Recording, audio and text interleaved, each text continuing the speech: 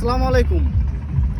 এই বর্তমান পরিস্থিতিতে আমরা দেশে ধর্ম বর্ণ নির্বিশেষে আমরা যেন সবাই সবার পাশে থাকতে পারি। আর যে যে জায়গা থেকে নোয়াখালীতে যাইতেছেন, বিশেষ করে শুকনা খাবার তো নেবেনি, যদি পারেন স্পিড বোট, নৌকা এইসব দিয়ে তাদেরকে সহযোগিতা করুন। এখন তাদের খাবারের চেয়ে বাসস্থানটাই বেশি প্রয়োজন। বিশেষ করে অনেক বিল্ডিংয়ে বা বাসাবাড়ির ছাদে মানুষ আটকা পড়ছে, তারা উদ্ধার হইতে পারতেছে না। বিশেষ করে সেনাবাহিনী তো আছেই, হেলিকপ্টার দিয়ে তাদেরকে উদ্ধার করতেছে। আর আমরা যেমন সাধারণ মানুষ আছি, আমরা বিশেষ করে যখন মানুষে 5 টাকা 10 টাকা, এখন অনেক ছাত্র ভাইরা বা সাধারণ মানুষ টাকা উঠাইতেছে, তাদের সাথে আমরা অনেক কিছু ভাবি যে টাকা নিয়ে দেশে বন্যা হয়েছে, এরা ধান্দায় নামছে। আসলে এটা কিন্তু ঠিক না ভাই। আপনি যান রাস্তায় নামবেন না, 2-3 জন নামছে, যাই পারেন সাধ্য মতো তাদেরকে হেল্প করেন, দেশের কাজে আসবে।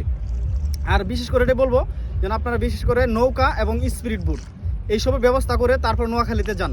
যে জেলায় বন্যা হয়েছে, আসলে মানুষগুলো কিন্তু খুব বিপদে আছে, অসহায়। আজকে দেখেন, অনেকের ধন সম্পত্তি ছিল, টাকা পয়সা ছিল, অনেক কিছু ছিল, কিন্তু সেসবের আজকে কোনো মূল্য নাই।